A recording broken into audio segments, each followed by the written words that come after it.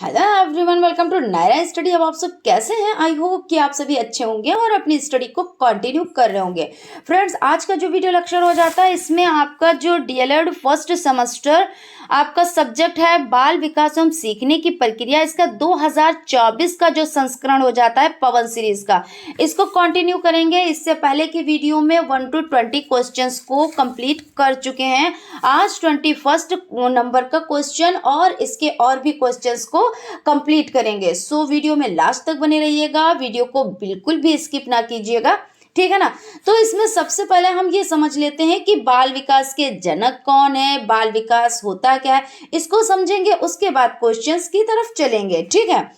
तो बाल विकास के जनक के बारे में अगर बात की जाए तो जनक हो जाते हैं स्टेनली हॉल। कौन हो जाते हैं? तो स्टेनली हॉल हो जाते हैं। और इनकी एक परिभाषा जो है, यानी जो किशोर अवस्था है वो क्या है? तनाव, तूफान और संघर्ष की अवस्था है।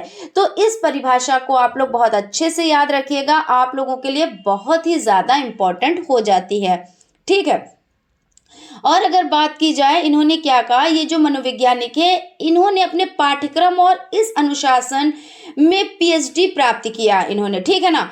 और हॉल ने बच्चों मनोवैज्ञानिक विकास, उनकी शिक्षा और पालन पोषण का अध्ययन किया। इसमें किन किन चीजों का अध्ययन किया तो देख लेते हैं कि इसमें मनोवैज्ञानिक विकास हो जाता है, उसकी शिक्षा हो जाती है, पालन पोषण इसका अध्ययन किया। और अगर बात की जाए तो 1975 यानी 1975 में लॉन्च किया।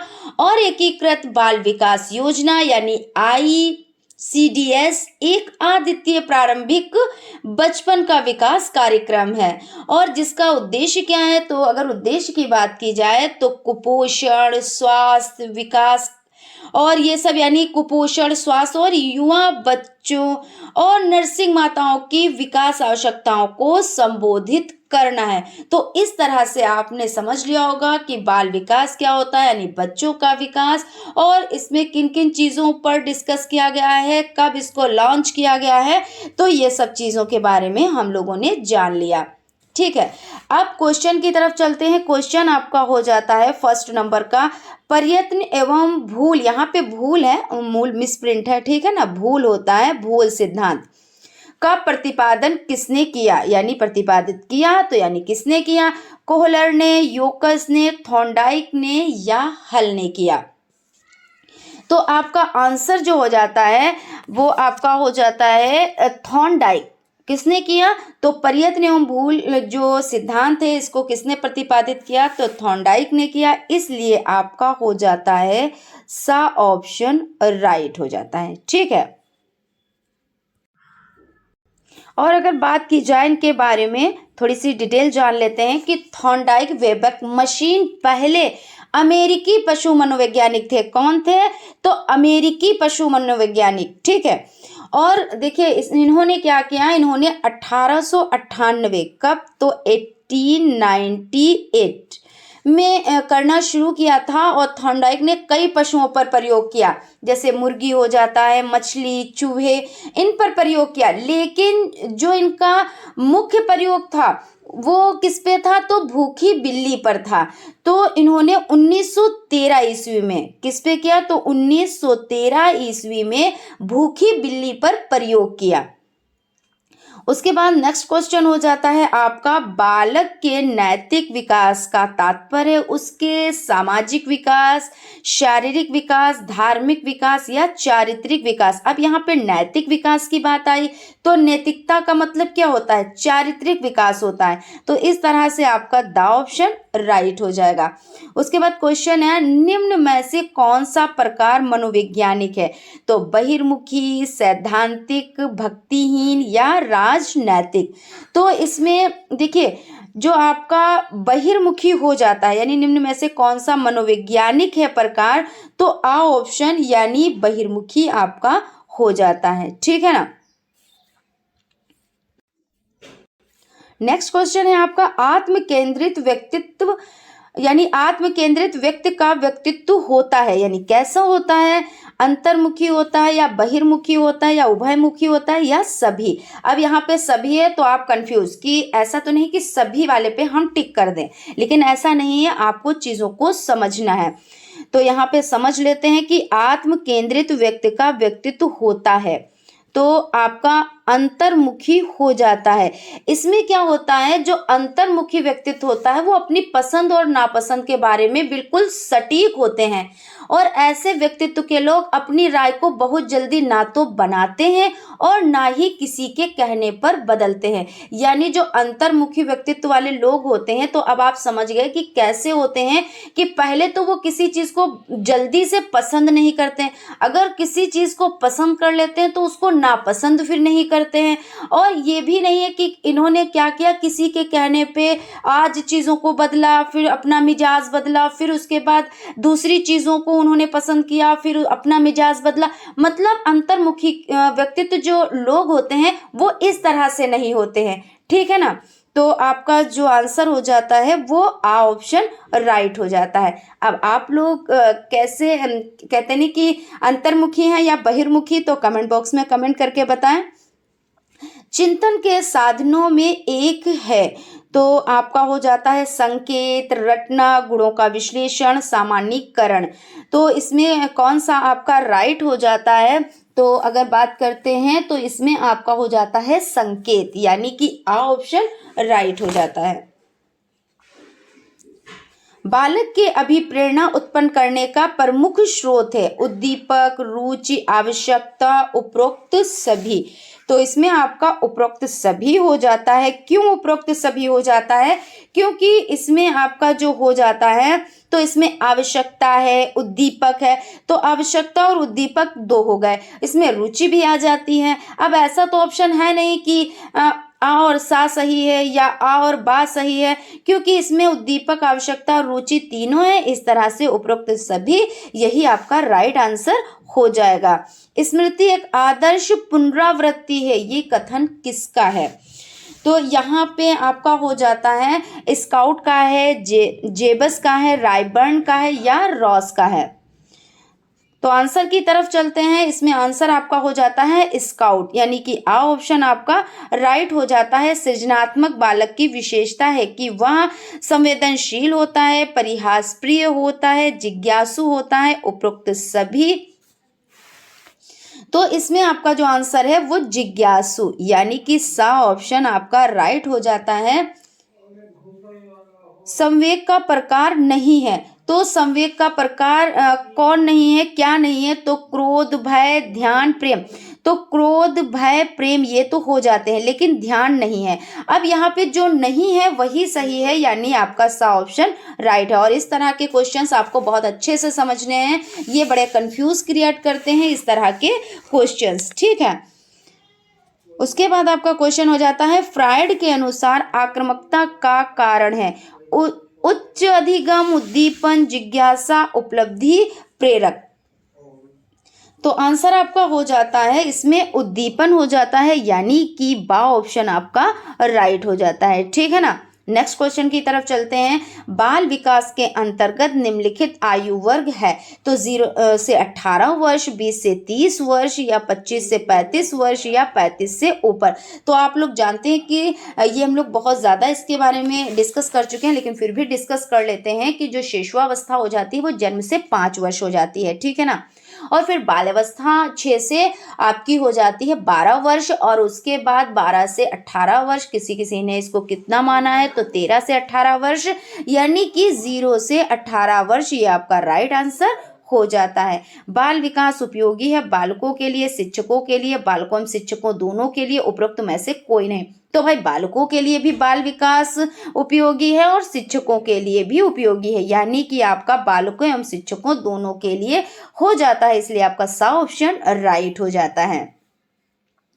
क्वेश्चन है आपका शिशुअवस्था का काल है जन्म से, तो जन्म से कितना, तो शिशुआवस्था आपने पढ़ी, इसके बारे में डिटेल में डिस्कस हुआ है कि शिशुआवस्था जो होती है वो कब से कब तक होती है।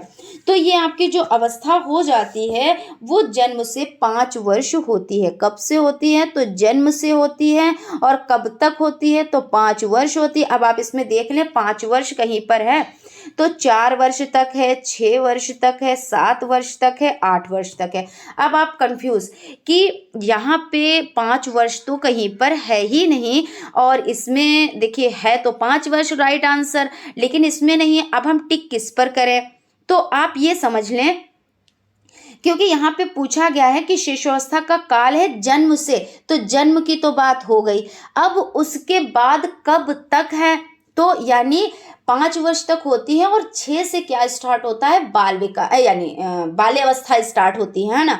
तो आप 6 इसको माने, क्योंकि 6 किस लिए मानेंगे, क्योंकि आपने क्या किया, जन्म से 5 वर्ष, और जैसे ही 6वें साल में बच्चा गया तो क्या हुआ, बाल्यावस्था उसकी स्टार्ट हो गई। लेकिन जब स्टार्ट हुई तब तक कौन सी अवस्था चली, तब तक तो शिशुआवस्था चली ना। तो इस तरह से आप जो 6 वर्ष है ये आपका राइट हो जाएगा। तो इस तरह से आप थोड़ा सा माइंड लगाकर वर्क कर सकते हैं। ऐसा नहीं है कि कंफ्यूज होने वाली कोई बात नहीं होती है कि अब क्योंकि उसके नज़दीकी भाई 5 से 1 कम, 5 से 1 कम तो 4 है, और 5 से 1 ज़्यादा तो क्या है, 6 है। तो आप यहाँ पे ज़्यादा कंफ्यूज होंगे, है ना, लेकिन यहाँ पे आप 6 पे टिक करेंगे। ठीक है, तो इस तरह से समझें आप। उसके बाद आपका क्वेश्चन हो जाता है 20वीं शताब्दी को बालक की शताब्दी कहा, किसने कहा, यानी इस तरह का क्वेश्चन आए तो आपको पता है कि किसने कहा। अगर आपका यानी कि अति लघु में तो इस तरह से नहीं कि भाई इस परिभाषा को लिखें या ये किसने कहा इनके बारे में लिखें, ऐसे क्वेश्चन आता है, इतना कंफ्यूज भी नहीं करते हैं, खैर ऐसा नहीं है।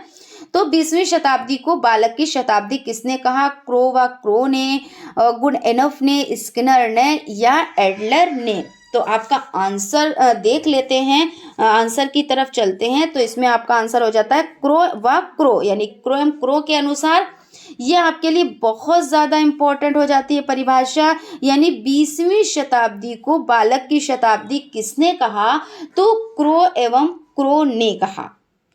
शेषवावस्था में काम प्रवृत्ति कैसी होती है, अब आप कहेंगे यहाँ पे तो शेषवावस्था है, और देखिए प्रबल होती है या कम होती है, नहीं होती है, कोई नहीं।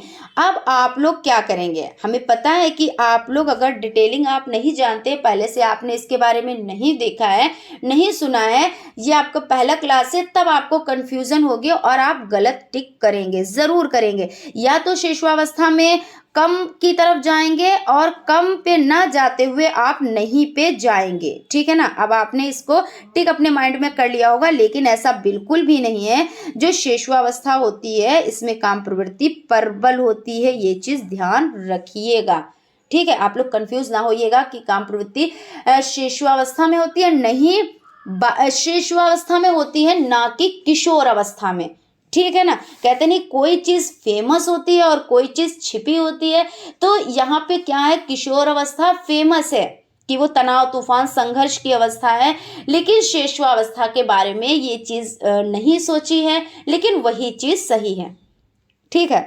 तो यहाँ पे ऑप्शन आपका राइट हो जाता है। बालक प्रथम 6 वर्षों में बाद के 12 वर्षों का 2 गुना सीख लेता है।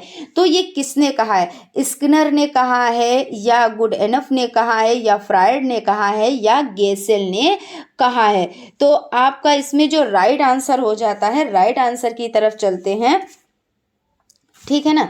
तो आपका हो जाता है 36 नंबर का आपका गैसेल हो जाता है, ठीक है ना। यानी कि द ऑप्शन आपका राइट हो जाता है। शेषवावस्था सीखने का आदर्श काल है, वेरी इंपॉर्टेंट, ठीक है ना। ये परिभाषाएं आपकी बहुत ज़्यादा इंपॉर्टेंट है और पूछी भी बहुत जाती हैं।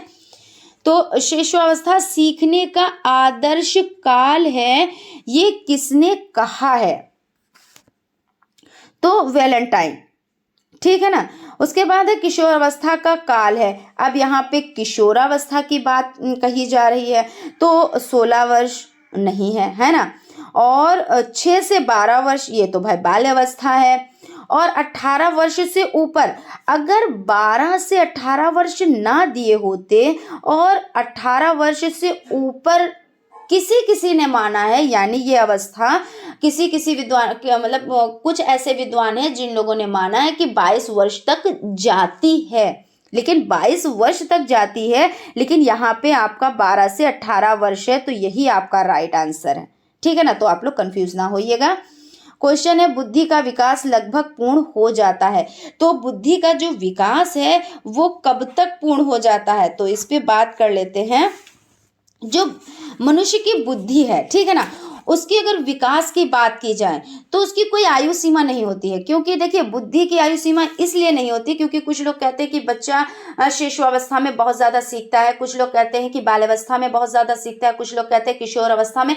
हालांकि चीज़ें सही हैं, क्योंकि बच्चा क्या है, हर अवस्था में उसकी बुद्धि चलती है, हर अवस्था में वो सीखता है जब तक वो मृत्यु को नहीं प्राप्त कर लेता है। लेकिन ये कहना नहीं सही रहेगा कि बुद्धि की कोई एक निश्चित आयु होती है, उसकी आयु नहीं होती है। लेकिन फिर भी कुछ विद्वानों ने क्या माना है, कुछ विद्वानों ने माना है 6 वर्ष तक की उम्र जो होती है उसमें बच्चे का जो बौद्धिक विकास होता है काफ़ी ज़्यादा हो जाता है। यानी क्या होता है, जो बच्चा होता है वो अपने जो 6 वर्ष की जो अवस्था होती है, यानी 6 वर्ष तक की अवस्था की बात हो रही है, तो उसमें बच्चा ज़्यादा सीखता है। फिर कुछ विद्वान ये भी मानते हैं कि 16 वर्ष तक की जो अवस्था होती है उसमें क्या होता है, कुछ बच्चे ऐसे होते हैं जो 18 वर्ष तक बुद्धि का पूर्ण रूप से विकास हो जाता है। ठीक है, लेकिन इसमें क्या है, इसमें मतभेद है, लेकिन फिर भी ये चीज़ है, लेकिन फिर भी ये चीज़ है कि इसमें ऑप्शन आपका दिए हुए हैं कि बुद्धि का विकास लगभग कब तक पूरा हो जाता है, यानी पूर्ण हो जाता है, तो शिशुअवस्था या बाल अवस्था या किशोर अवस्था या सभी अवस्थाओं में, यहाँ पे ने नहीं है, में होगा। ठीक है ना, मिसप्रिंट की वजह से ये सब चीज़ें हो जाती हैं, आप लोग इसको ध्यान दीजिएगा।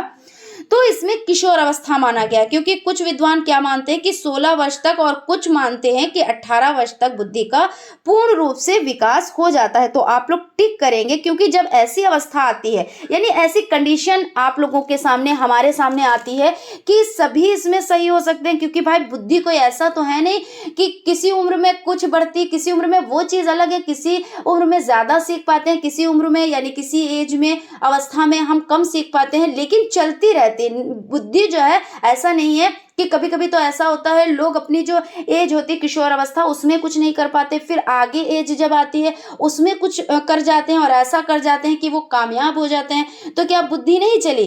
तो ऐसा नहीं है, लेकिन हमें यहाँ पे टिक करना है, तो यहाँ पे आप किशोर अवस्था पे टिक करेंगे। फिर है आपका किशोर अवस्था शेषावस्था की पुनरावृत्ति है। क्यों? देखिए, किशोर अवस्था यानी तूफान, तनाव और संघर्ष की अवस्था, और शेषावस्था यानी बचपन की अवस्था, यानी बच्चे ने जन्म लिया और उसके 6 वर्ष तक की अवस्था क्या है, तो शेषावस्था है। अब इस अवस्था में क्या है कि जो किशोर अवस्था में शारीरिक और मानसिक स्वतंत्रता की भावना प्रबल होती है, बिल्कुल सही है। और यदि उन पर कोई क्या करता है, यदि उन पर कोई प्रतिबंध लगाता है ना, तो क्या होता है कि वो लोग उससे वो उनके नहीं सगे होते हैं, यानी जो बच्चों को आज़ाद रखते हैं, आज़ाद ख्याल में करते हैं, उनको समझाते हैं। हालांकि आज़ादी उनको पसंद है, लेकिन जो समझाएंगे उनको इतने नहीं पसंद आएंगे। लेकिन क्या होता है कि इस एज में ये होता है कि बच्चे को अपने कहते नहीं है कि जैसे आप विश्वास में लें और विश्वास में लेके फिर बच्चों को समझाएं, तो बच्चे क्या होते हैं, अच्छे से समझते हैं। तो यहाँ पे तो खैर ये चीज़ हो गई, लेकिन यहाँ पे कहा क्या गया, किशोर अवस्था शेषावस्था की पुनरावृत्ति है। ये कथन किसने कहा है, हम इस पर भी अभी डिस्कस करेंगे, थोड़ा सा डिटेल इसके बारे में हम कर लेते हैं, क्योंकि डिटेलिंग ये चीज़ होती है कि बहुत ही ज़्यादा ज़रूरी हो जाती है। ठीक है ना, तो इसमें मतभेद हैं, इसमें देखिए क्या है, मतभेद हो जाते हैं। मतभेद क्या है कि इसमें स्किनर का है, फ्रायड का है, रॉस का है, वैलेंटाइन का है। तो इसमें ये मतभेद है कि पहले इसका देखिए उत्तर आंशिक रूप से माना गया था, रॉस माना गया था, जो कि आपके जो आपका ऑप्शन है, आपके पास 4 ऑप्शन है, इसमें रॉस दिए हुए हैं। लेकिन कुछ ने क्या माना था, इसमें जॉन्स माना था, और जो कि राइट आंसर भी है, जॉन्स ही राइट है और रॉस आंशिक रूप से कुछ समय तक माने गए। ठीक है, लेकिन अब इसमें जॉन्स ऑप्शन में नहीं है, इसलिए आपका रॉस सही है, और जहां पे जॉन्स आपको मिल जाए तो आप इसी पे टिक कीजिएगा। ठीक है, और क्या किशोर अवस्था शिशुअवस्था की पुनरावृत्ति है? तो बिल्कुल है, क्योंकि इसमें भी चंचलता होती है। जैसे बच्चा शिशुअवस्था में चंचल स्वभाव का होता है, उसी तरह से किशोर अवस्था में भी चंचल स्वभाव का होता है। उसके बाद एक किशोर अवस्था जीवन का सबसे कठिन काल है, ये कथन किसका है? तो ये कथन आपका क्रोआक्रो का है, किलपेट्रिक का है, रॉस का है या सोरेनसन का है? तो किलपेट्रिक का है, ये सही हो जाता है। उसके बाद है मानसिक स्वतंत्रता एवं विद्रोह की भावना प्रबल होती है। तो शिशुअवस्था में, बाल्यावस्था में, किशोर अवस्था में उपर्युक्त में से कोई नहीं। तो मानसिक स्वतंत्रता एवं विद्रोह की भावना तो किशोर अवस्था में, क्या क्यों? क्योंकि बच्चा इस एज में क्या होता है, वो मानसिक स्वतंत्रता चाहता है। उसको आप बहुत ज़्यादा समझाएंगे, बहुत ज़्यादा ऐसा तो बच्चा नहीं, लेकिन आप उसको पहले विश्वास में लें। जब आप उसमें विश्वास जगा पाएंगे, फिर आप उससे दोस्ती की भावना रखें, क्योंकि ऐसा नहीं है कि आप पापा हैं यानी आप फादर हैं तो आप उससे बहुत स्ट्रिक्ट मतलब बन के और उससे बात करेंगे, बच्चा नहीं समझेगा। आप उससे क्या फ्रेंडशिप करें, और फ्रेंडशिप करने के बाद आप उससे छोटी छोटी बातें पूछें, आप अपनी छोटी छोटी बातें बताएं, फिर उससे डिस्कशन करें। तो क्या होता है, बच्चे में क्या होता है, ये भावनाएं यानी कि जो विद्रोह की भावना होती है वो नहीं पनप पाती है, और बच्चा क्या चाहता है, वो मानसिक स्वतंत्रता चाहता है। उसको अगर आप बहुत ज़्यादा समझाएंगे तो उसे ऊब लगेगी, वो बहुत परेशान हो जाएगा, और फिर वो क्या चाहेगा कि हमसे ये बात ना किया करें। तो इस तरह से क्या हो जाता है, जो किशोर अवस्था होती है उसमें मानसिक स्वतंत्रता विद्रोह की भावना प्रबल होती है। उसके बाद है काम समस्त जीवन का नहीं तो किशोर अवस्था का अवश्य ही मूल तथ्य है। ये कथन किसका है? तो किलपेट्रिक का है, रॉस का है, फ्रॉइड का है या हॉल का है? तो ये कथन आपका रॉस का हो जाता है, यानी कि ऑप्शन आपका राइट हो जाता है। ठीक है ना। तो फ्रेंड्स, यहाँ पर आपका सेशन कंप्लीट होता है, और हम देखिए आप लोगों के लिए जो ये सीरीज़ है ये कंटिन्यू रखेंगे, और ये जब कंटिन्यू ये कंप्लीट हो जाएंगे, यानी कि आपके ऑब्जेक्टिव टाइप क्वेश्चंस कंप्लीट हो जाएंगे, उसके बाद हम लोग डिटेल में और भी डिस्कस करेंगे जो आपके सीखने के नियम हो जाते हैं। फिर उसके बाद हम लोग क्या करेंगे, अति लघु उत्तरीय क्वेश्चंस की सीरीज़ को कंटिन्यू करेंगे। सो फ्रेंड्स, आई होप आप लोगों को सेशन अच्छा लगा होगा। अगर फिर भी कहीं पे कोई भी कंफ्यूजन, कोई भी डाउट है, आप उसे क्लियर कर सकते हैं कमेंट करके। ठीक है ना। और फ्रेंड्स, कहना चाहेंगे कि अगर आप हमारे चैनल पर नए हैं, आपने भी विजिट किया है, ये आपका फर्स्ट वीडियो है, तो आप लोग सब्सक्राइब ज़रूर कर लें, क्योंकि सब्सक्राइब करने से क्या होता है, आपके पास नोटिफिकेशन पहुंच जाता है, और नोटिफिकेशन जब पहुंच जाता है तो आप क्या करते हैं, आपको क्लास मिल जाती है और आप अच्छे से उसको पढ़ पाते हैं, उसकी तैयारी कर पाते हैं, है ना। तो आप लोग क्या करें, सब्सक्राइब भी ज़रूर कर लें। अगर क्लास अच्छी लगी है तो प्लीज़ लाइक भी ज़रूर करें, और अपने फ्रेंड्स में भी ज़रूर शेयर करें। मिलते हैं नेक्स्ट क्लास में। Thank you.